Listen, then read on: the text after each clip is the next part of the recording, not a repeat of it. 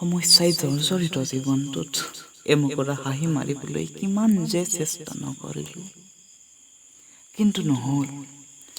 কোনোপধ্যেই এই হাঁহি মুকুৰা আনিব নোৱাৰিলোঁ।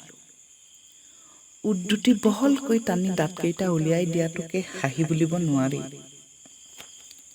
যদি কাৰোবাৰ মতে এইটোৱেই হাঁহিৰ সংজ্ঞা হয়, তেতিয়াহ'লে মইচোন অবিৰতভাৱে হাঁহি থাকোঁ, নিজৰ বাবে নহ'লেও অন্ততঃ আনক দেখুওৱাৰ স্বাৰ্থত। কিমাননো আৰু এনেদৰে হাঁহিৰ মুখা পিন্ধি থাকিম?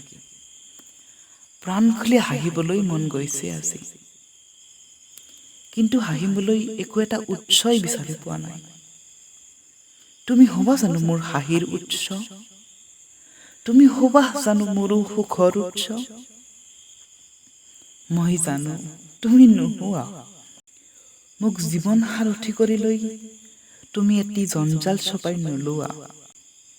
তেন্তে নাহিবা না মোৰ কাষলৈ, নাহিবা মোক উপদেশ দিবলৈ, মোক আগুৱাই যোৱাত প্ৰেৰণা যোগাবলৈ।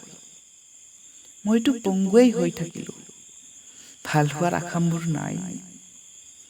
মই অন্তৰ খুলি হাঁহিলোৱেই বা কান্দিলোৱেই, তাতেনো তোমালোকৰ কি আহে যায়? সেই পুতৌখনা মাতষাৰিৰে মোৰ ওচৰলৈ নাহিবা না প্লিজ। লাগিলে মই হতাশাত মৰিম, তথাপিও তোমালোকৰ নিচিনা মুখা পিন্ধাবোৰৰ পুতৌৰ পাত্ৰ হ'ব নিবিচাৰোঁ। মোক অকলে থাকিবলৈ দিয়া প্লিজ।